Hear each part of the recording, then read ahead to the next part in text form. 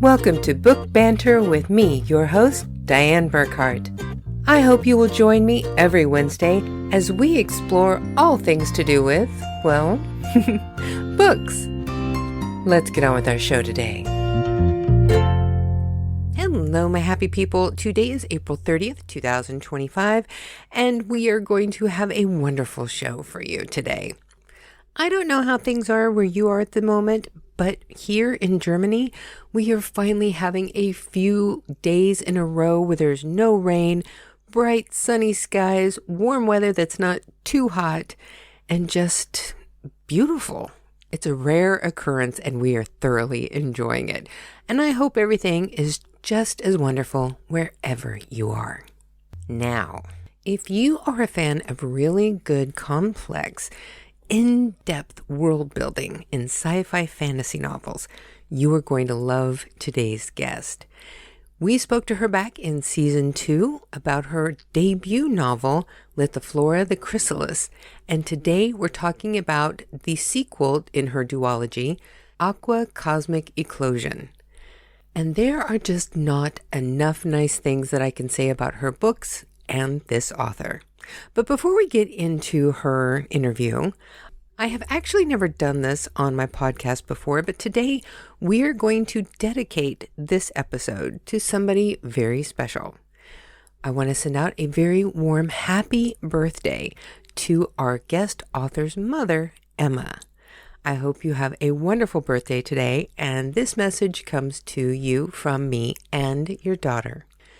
So now let's not waste any more time. Let's go ahead and bring out Emma's fantastic daughter.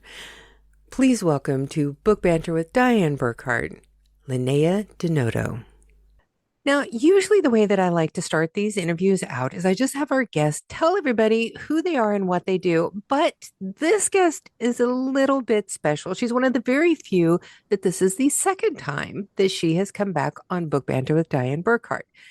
We're going to actually skip over some of the general life stuff because we covered that in her first interview.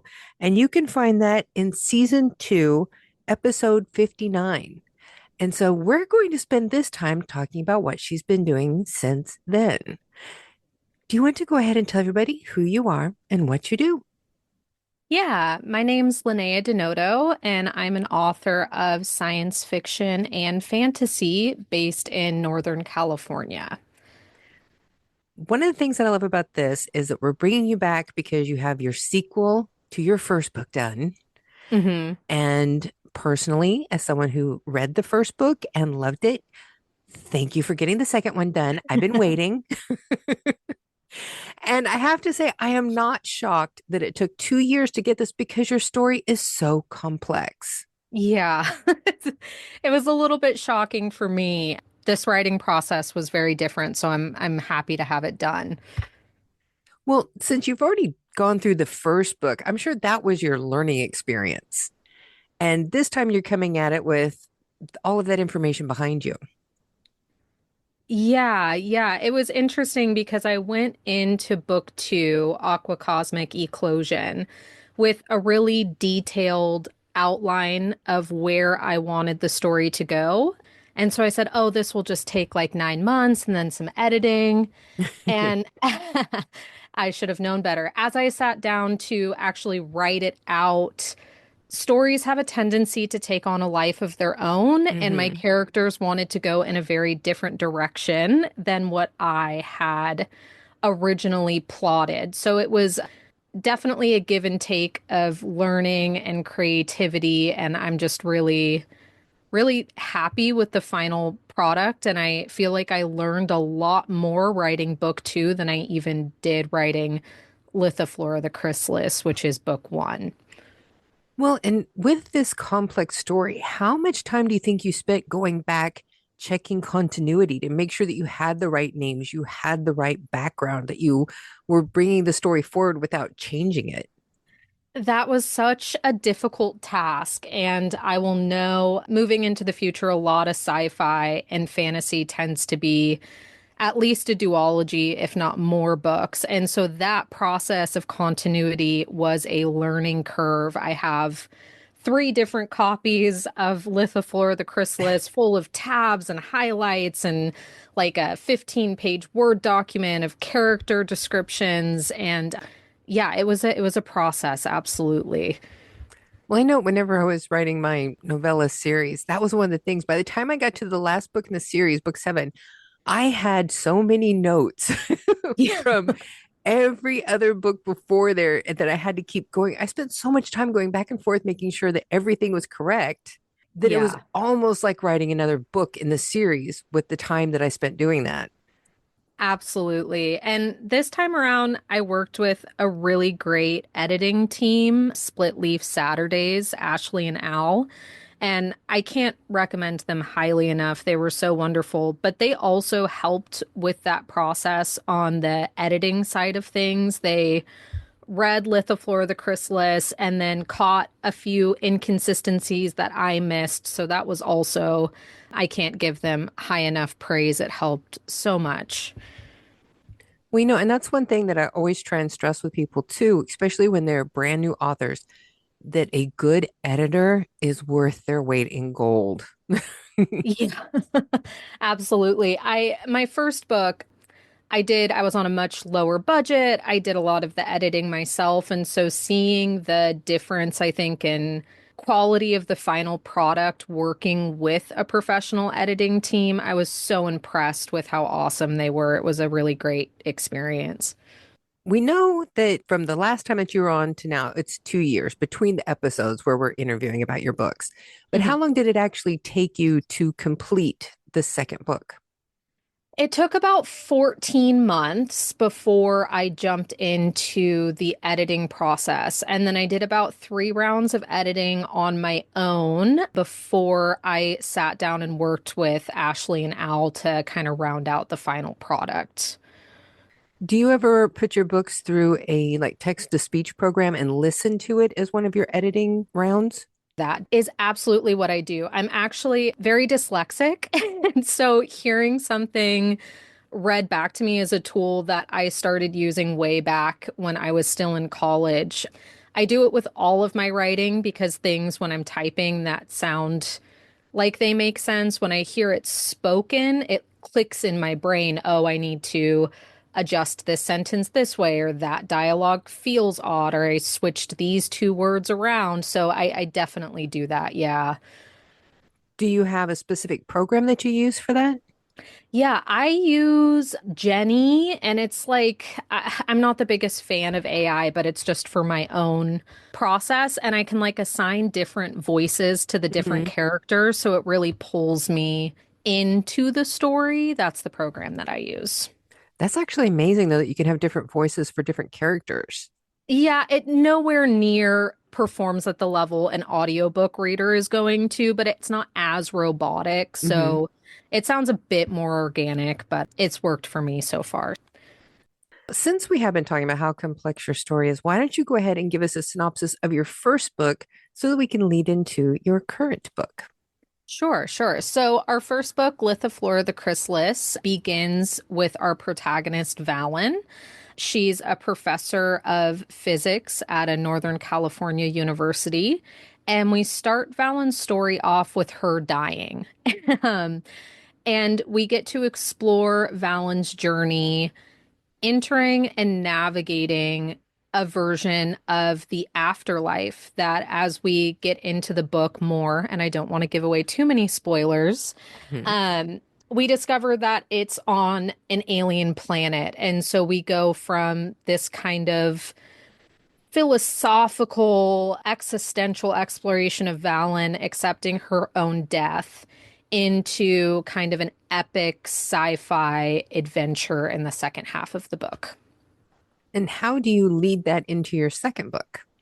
Yeah, so Aquacosmic Eclosion picks up right where Lithaflora the Chrysalis left off with Valen's perspective as she's coming out of personal tragedy and loss and on a healing journey of what she experienced at the end of Lithaflora the Chrysalis, leading into the first part of Aquacosmic Eclosion. And so we see Valen navigating and learning in a galaxy on the brink of war and how she's navigating alliances, discovering truths about herself and her history, and forging bonds with the other characters, which was my favorite part of writing this book, was exploring the other characters more in depth. Now, considering how complex the story is, how did you come up with this? I mean, it seems like it would have been a long process to develop this entire storyline. I ask myself that every day. I actually sat down to, per the request of one of my readers, record an entire recap of book one. Yeah. And as I was recording it, you don't have all of the details of reading the book. You're just speaking it out loud. And I was like, gosh, this is like bizarre. What depths of my imagination did this crawl out of? So yeah, Lithaflora the Chrysalis started out as a short story in a creative writing class, just that first chapter. And everybody was really, really interested in what was happening. This person had just died. And so I actually sat with the plotting and the concept for Lithaflora the Chrysalis based on that short story for about 5.5 years. And I said, no, I want it to do this. No, I want it to do that. And worked out the kind of specifics of my world building. So getting the first book and the world created into this living, breathing thing was really time demanding. But book two, that world's already been built. We already have everything available to the writer, myself, and to the reader. So it was a little bit easier to kind of carry the story forward. Well, and another thing, you have very unique titles. How did you end up coming to these titles? Yeah, I'm an English major, and so I love language. I love Greek and Latin roots specifically. So Lithaflora is a combination of Greek and Latin roots, meaning rock flower, rock planet, and that's a description of the planet that we're on. It's full of greenery and life and so on and so forth. Aquacosmic was the same thing. So aqua is the suffix of water and cosmic of like galaxy of the stars. And then for Lithaflora the chrysalis is the cocoon in which a butterfly or a moth wraps themselves in as they're preparing to transition from their caterpillar form into their butterfly or moth form. An eclosion is the process of them breaking down into, I don't know, primordial goo that they then grow their new bodies out of. So for the first book, the chrysalis is this idea of Valen being wrapped in this new life and this new reality. And book two, Eclosion, we really see her sense of identity break down and rebuild as she goes through a healing journey. See, this is the thing that amazes me because we'd already talked about some of this in the first interview, but you put so much thought into all of it.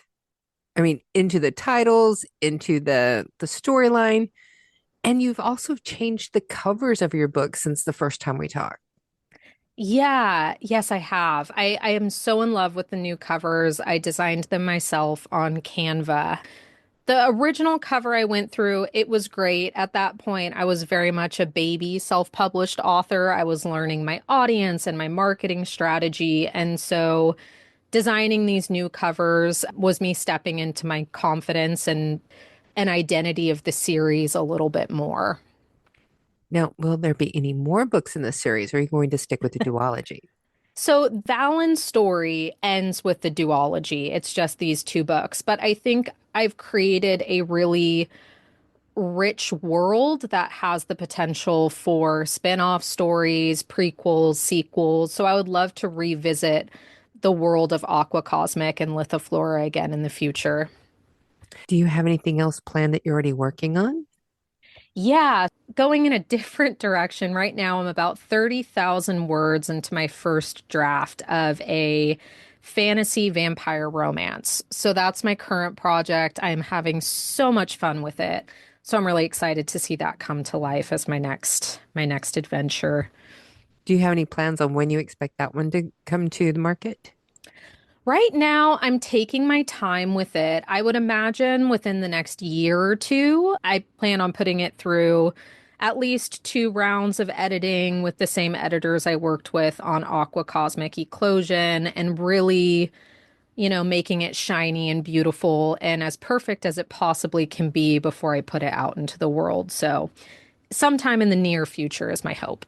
Okay, so I can contact you when I'm getting ready to schedule season 5. Absolutely, please do. Say, because I'm all in for vampire stories. Me too. They've been my favorite since I was like 10 years old, so I'm having so much fun. Since you have both of these two books done, between your first one and your second one, what was the easiest part of the process for the second book compared to your first book? That's interesting. I think the easiest process was the writing itself. Creativity, imagination, the act of sitting down to write something, it's a muscle. And the more you use it, the more magical and a part of yourself it becomes. So, through the process of writing Lithaflora the Chrysalis, I had a lot of kind of stops and goes with my ability to move the story forward.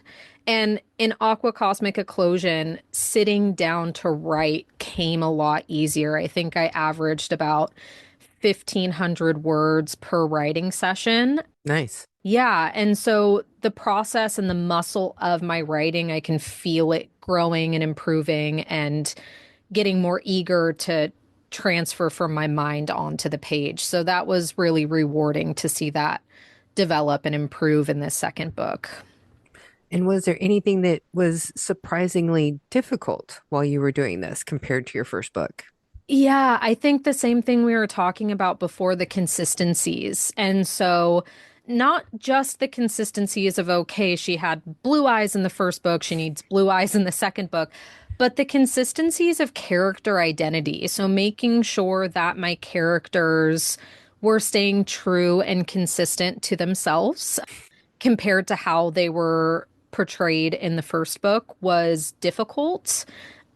And so it involved a lot of creative effort to embrace them and get to know them on a deeper level and really put myself in their shoes, knowing Indra is this really strong, forward, blunt type of character. How would she be navigating this really horrible, grieving situation? Things of that nature. That was difficult.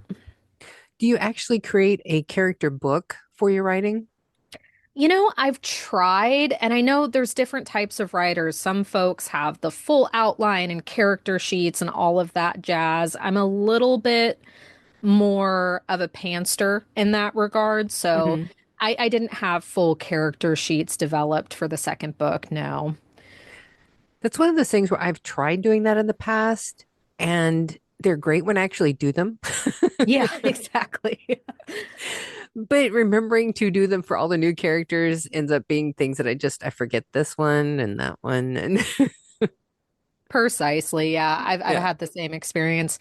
I've been watching Brandon Sanderson's writing seminar on YouTube the last couple weeks, and he says that there's two types of writers. You either do all of the prep work before you start writing the book, or you do it while you're writing the book, and it equals out to about the same amount of time and effort. It just depends how you work. And so I think I'm the second. I kind of sort it out mostly while I'm in the process of writing it. Do you think it's more that you sort it out as you need it? And if you don't need it, you don't worry about sorting it out?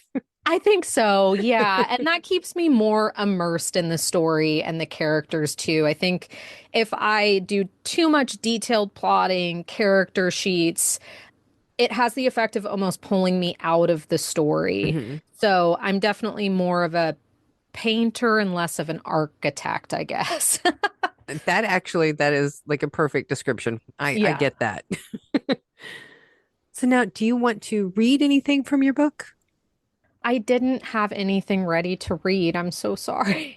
I should. Well, and honestly, even that little sample that you have on your website. Yeah, I could read a little bit of that. So this is the prologue from Elodie's perspective. 800 years ago, the branches of the great willow trees swayed gently around us as the moons rose overhead. In the dim light of the treehouse, I focused my energy with years of skilled practice, weaving strands of magic that poured into a protective cocoon around Agrona's writhing form. I had never witnessed a human birth. I was distraught at the suffering Agrona was experiencing as sweat slicked brown curls to her dampened forehead. Is she going to be okay? I asked, my voice shaking as I looked to Adhil. Adhil had been my human companion, dare I say friend, for the last 100 years. And when he had grown to love Agrona, I agreed to protect them both as their passion blossomed. Yes, the process of birth is violent for humans. She is doing a wonderful job, he assured, leaning forward to place a kiss on Agrona's lips as she smiled up at him for a moment before her head fell back and a groan broke free from her mouth. Agrona had grown to become a friend, a companion in a world that had long forsaken any emotion. Her years of romantic involvement with Zaishana, a powerful member of the Elder Council, had been a dance with desire, but it was her infidelity with another human built on love, not lust, that had brought us to this precipice. That's Okie great. I dokie. love that. Thank you. And that's one of the things that I wanted to get into this interview this time because I wanted people to hear the way that you write because it is vivid. Thank you. Yeah, vivid is a perfect description of how my mind works on a regular basis. I have a very vivid imagination, and that's why starting super young, I so deeply fell in love with books and fiction. Hmm. I've always been a really vivid dreamer, and so that helps in the process of my books. When I'm writing, I'm visualizing, I'm seeing, I'm feeling and hearing the places that my characters are to the best of my ability. And I think it makes a really magical process when, I'm constructing these worlds. It's very much fun. I enjoy it so much. Well, it sounds like you would fall in with this group that I have been finding lately on this podcast, that there's so many authors who talk about their writing process. It feels like you're just in a movie. And as you're watching their movie, you're transcribing what you're seeing. Yeah, I would definitely describe it that way. And when you're dealing with these really fantasy sci-fi concepts of like these people who have fins and scales and they're so beautiful and so otherworldly, it's such a fun process to sit down and imagine. We meet a character in this book pretty early on, and we get some chapters from her point of view named Vasiliki. Like imagining Vasiliki is such a joy and such a creative salve to really vividly picture what these places and these characters are doing and how they're feeling and what they're seeing. It's so much fun. It's like playing a video game. Well, and I would think for you too, since you do have this other world, I mean, you are creating your entire world and you can do anything with it that you want. Where it's like a lot of things that I've been writing is historical fiction. I have to keep to history, keep to facts, but you Hmm. can bend physics if you want to. Yeah, quite literally, we do. So, yeah, sci-fi's interesting. Fantasy, you have a little bit more wiggle room in how you shape and bend things. Sci-fi, you want it to be grounded somewhat to like the laws of science. And I'm an English major. I didn't major in physics. And so writing this book, I was doing a lot of research on physics and how that works. I had to figure out a math equation of like, if this planet is moving at this orbit and Earth is this many miles away, how many years would pass in transit? And I was like, oh my gosh, like what have I gotten myself into? So that was quite interesting. I had to nerd out on the science a little bit, which was fun. That is the one thing that I think is so funny that I never realized how much math could be involved in writing fiction Oh gosh, because yeah. I did the same thing with one of my stories. It's like, okay, if a guy is riding a horse from Texas to Kansas and he can only go this many miles per day, how long will it take him to get to his destination? It's like, oh my God, who thought I'd be using algebra for this? I know, I always said in algebra class, I'll never use this. And then you sit down to write a book and there it is glaring at you. So, Like, don't you just hate that? It's like, man, I yeah. wish I would have paid more attention in algebra. Now, I also happen to know that you getting your second book ready to go is not the only thing that you have accomplished recently. Yeah, there's been a lot happening in life, a lot of very exciting things. It's been a very busy year for me and my partner of 7 years. We just purchased a home in northern Humboldt County, and we've been in the process of renovating it. It was built in 1894. Oh, nice. So, my nerdy book brain, I'm like, gosh, there's so much history here and so many people who've lived here. So, that's been a fun process. And then we also recently got engaged. So now I'm writing books, working full time, and planning a wedding, and renovating a house. Oh, man. So, but it's all good things. We're having a lot of, I don't know, we're busy, but in a joyous kind of way. I need to ask this question. Uh-huh. Which is more difficult, writing a book or planning a wedding? Oh gosh, planning a wedding.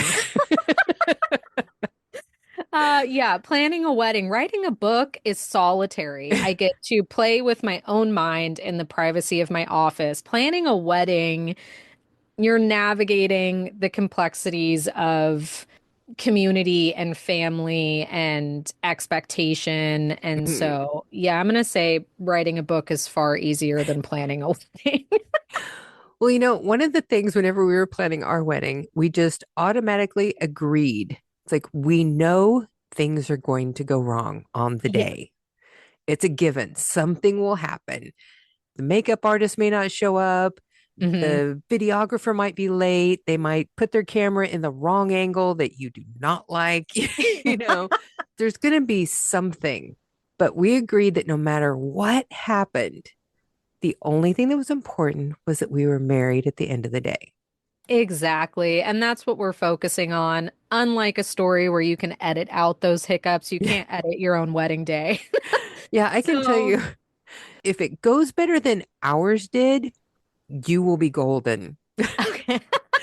And we had a wonderful wedding. It was so much fun. We did it in a cow town. We had gunfighters breaking up the reception. It Oh, was so much fun. fun.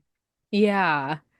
But the day started out, well, actually the day before, we had the worst snowstorm in 10 years the Oh, day before our no. wedding. But it did make for really gorgeous winter photos. So that I was can nice. imagine. Snow is so beautiful, so I'm sure the pictures are just great. But to get people to the church Oh, was a no. nightmare. And when I got there to go get changed, I was taking my dress and everything out of the trunk of my car, and a wind came up and blew the trunk lid and slammed me in the head. No. Yes. Oh, And luckily, no. normally I always part my hair going one way, but the person doing my hair parted the other way, and it covered the bump that I It got. cushioned. Oh, goodness So gracious. nobody saw. It was perfect. OMG, that could be a chapter in a romance novel. I Oh, just have yeah. to say it. So there were just so many things that went wrong, but we had so much fun. And we were married at the end of the day, and we've been married 11 years now. So 11 years. yeah, Congratulations. thank Yeah, 1 year past a decade. Good job. you. So it's Yeah. like one of those things you just have to go into it knowing things are going to happen, but none of it will matter. And I have this maybe like silly existential philosophical idea that the more challenges that the universe throws at you on your wedding day, the happier the marriage. Maybe So, that's maybe that's why we've been doing so good. yeah, exactly. You We got pass all the the test. stress over with at the wedding. Yeah, precisely. I think this would be the perfect time to do the 5 quick questions that never turn out to be quick, but I just really want to know because I'm that nosy. Are you Okie ready? dokie. I'm ready. Okay. Question 1. What is your favorite shared activity with your fiance?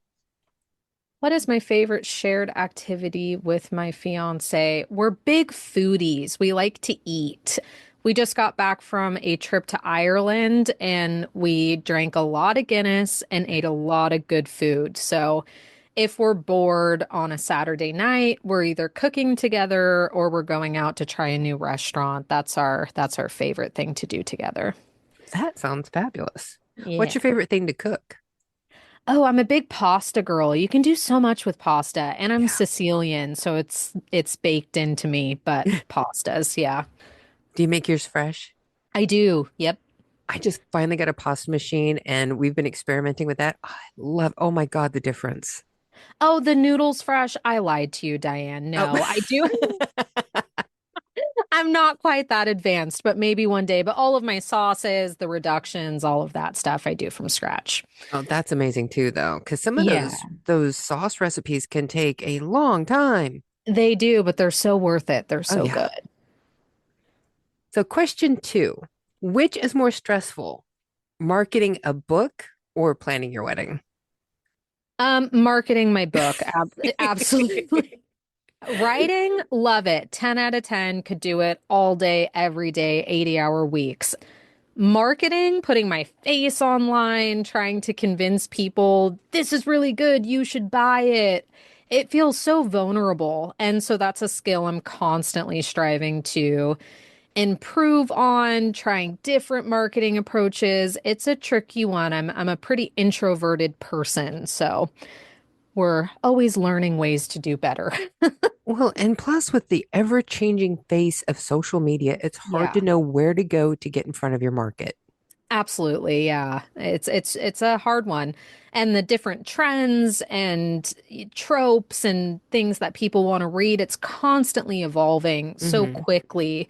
And so keeping up with the market and your fellow authors and how everybody's doing things, it's almost a full-time job more so than writing the book is. Oh yeah. I can tell you if I had a budget to work off of, the first thing that I would farm out is marketing. Same. Yeah, absolutely.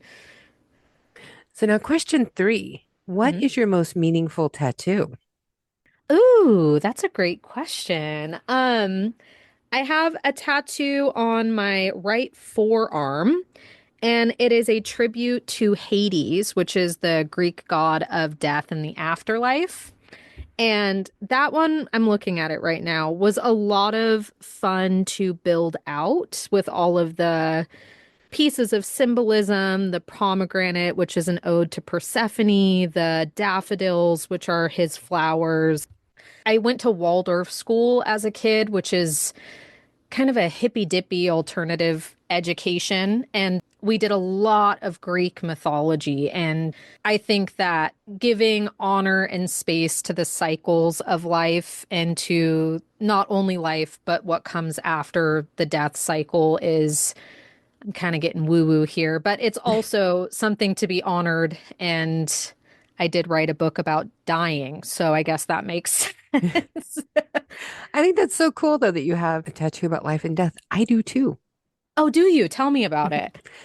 I have a blue butterfly on my ankle because whenever I went through my brain surgeries, I actually died at one point. Oh, wow. Okay. And my experience in that was that it made me feel like this is the life that we're a caterpillar. And then when we die, we actually become the butterfly. So butterflies have become a death symbol for me. Wow, that's beautiful. I have a butterfly too. How symbolic is that? That is Uh, wild. yeah, very serendipitous. Let's say, but it's sitting on a rose that my grandmother grew in her garden. When she moved into a nursing home, her rose bush that she had blended together on top of a red rose bush, so it used to have like these wonderful peach flowers.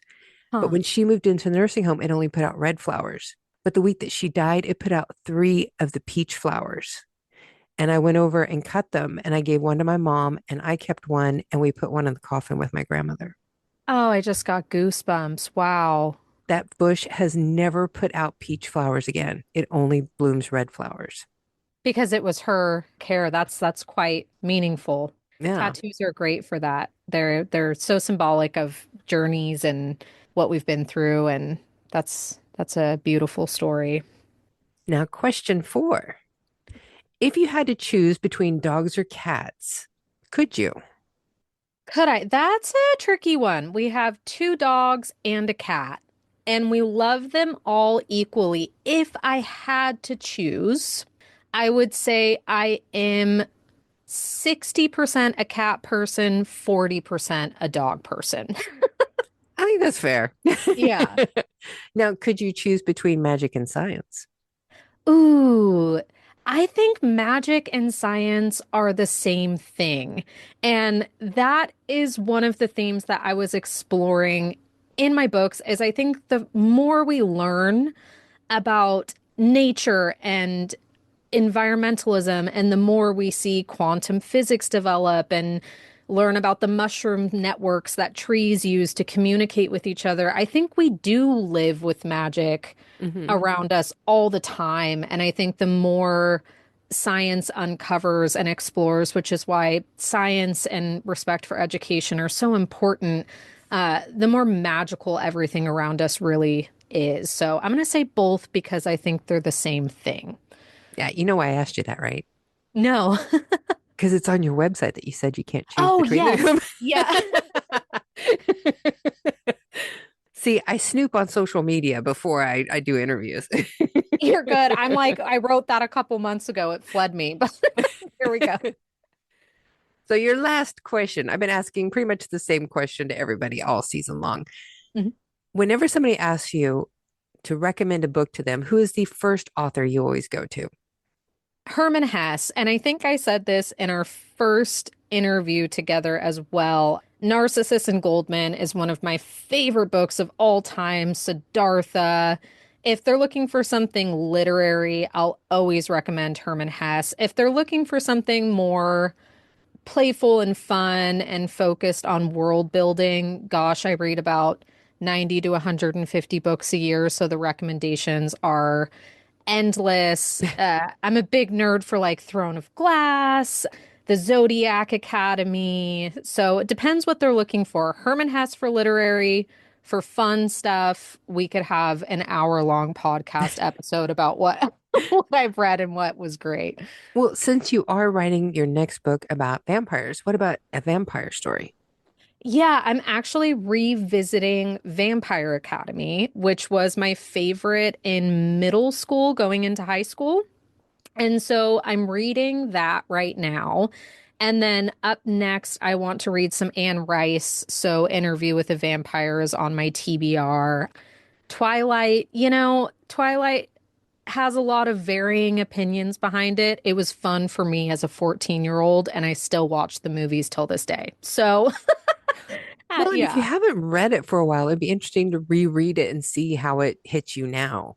It would be. I haven't read it in years, so that might actually be a fun exploration to see how it sits now that I'm almost 30 versus 14. Well, there is a book that I picked up, I think when I was like 16. It's called Silver Medal Lover by Tanith Lee, and I absolutely loved it as a teenager. And I have read it every few years my entire life, and that is the one book it still gets me every time. I love it every time I read it. Okay, I'm going to add that to my notes list. I'm going to check that out. One of the newer ones, too, vampire books that I've read is, oh, Serpent and the Wings of the Night by Carissa Broadbent. That is a great vampire story that almost combines like medieval fantasy with the Hunger Games, but there's really hot vampires. So that's a fun one too. That sounds cool. Yeah, I'm checking that out. Oh, it's such a good read. Well, and that's part of the reason why I asked this question because I have got the longest to be read list now. I just keep adding to it with every author that I interview. It's ever expanding, which is so much fun because there's so many different worlds and perspectives to get to know. So, Well, and plus, I tend to find that I get into the like three or four authors that I absolutely love, and I just rotate through them and their new books. And I don't really go out and explore other ones. So whenever I'm talking to other authors and I know I like their style, I always ask them, say, okay, who do you recommend? Because it expands my reach in literature. yeah, absolutely. I think that's one thing that I can so positively kind of praise about social media is I get all of my reading recommendations from folks online, and I've found so many amazing books of indie published authors based on what other people who I share similar interests with are reading. So that's Mhm. fun and powerful and good to support each other, you know? Oh yeah, that's definitely one of the things that I love about Book Talk. I just go Yeah, in and start flipping through, absolutely. making notes. Yeah. Now, let's go ahead and remind everybody who you are, the titles of your books, and where they can find them. Absolutely. So I'm Linaya DiNoto. I have written Lithaflora the Chrysalis and Aquacosmic Eclosion, which are both parts of the Forever After duology. You can find both of those available on Amazon and Kindle Unlimited. And if you want to stay up to date with what I have coming out next, you can check me out at linayadinoto.com. And of course, we're going to have all of your information in the description of today's podcast so that everybody can just click and go and find all of your works and your information online. And also to revisit your first interview where you talked about your first book. Awesome. This has been so much fun. I've been looking forward to you coming back for this because you were talking about your second book whenever we did the first interview. So I knew it was coming. Yeah. And I just been watching your social media until you said it was ready to go. It's like, okay, we have to bring you back. Thank you so much for having me, Diane. It's always such a wonderful ebb and flow of conversation. So I so deeply appreciate you having me here. And I'm just waiting for you to finish your next one and we can do this all again. Absolutely. I'm looking forward to it. So there you have it, folks. My incredible interview with Linaya DiNoto. It is always so much fun talking to her, and I can't wait till she gets her vampire book written and published so that we can do it all again. Now, next week, we have Lynn Hugo, and we are going to be talking specifically about her book, Mothers of Fate. But this woman also has a large catalog of published works that includes fiction, nonfiction, and even a book for children. So we're going to dive into it all, and you do not want to miss out. For our listeners, I would bet that there is probably something in her catalog of published works that will interest anyone. And now for a little bit of book banter and Burckhardt Books news. I am working diligently, of course, on getting the back issues of Book Banter magazine up available in print, and I am putting together the year-end book buying catalog for all of the authors who are going to appear on this season of Book Banter with Dianne Burckhardt, your Book Talk podcast. We hope to get to the Frankfurter Book Mesa again this year and bring you all kinds of fascinating interviews with people from that convention during our holiday hiatus again. That was such a wonderful exercise that we tried last year that we want to do it again and do it bigger this time. And one note that I want to make sure to send out to all of the authors who are listening to this podcast, I want to let you know that this week I will be booking out the rest of the episodes for season 4. Yes, here it's only April, and we will be completely booked for all of our interviews until the end of the season. I will be sending out emails to all of the authors we are interested in having as guests, and hopefully we can get verification with everybody that it will work with their schedules. I will also keep at least 10 people on a wait list, just in case something comes up between the time that they verify they want to be on the show and we actually have to schedule the interview, just in case something comes up, because there's always unexpected things in life that can cause problems whenever you plan ahead. At least in my life. I don't know about you, but I have always said that Murphy's Law is the guiding law in my life. And you know, it is such a beautiful sunny day. I think we're going to end things here, and I'm going to head outside if everybody has stopped mowing their lawns now and do this week's TikTok videos. If you don't follow us on TikTok, you really should be doing that. Just at Burckhardt Books. So I think it's time to wrap things up and wish Emma one more time a very happy birthday.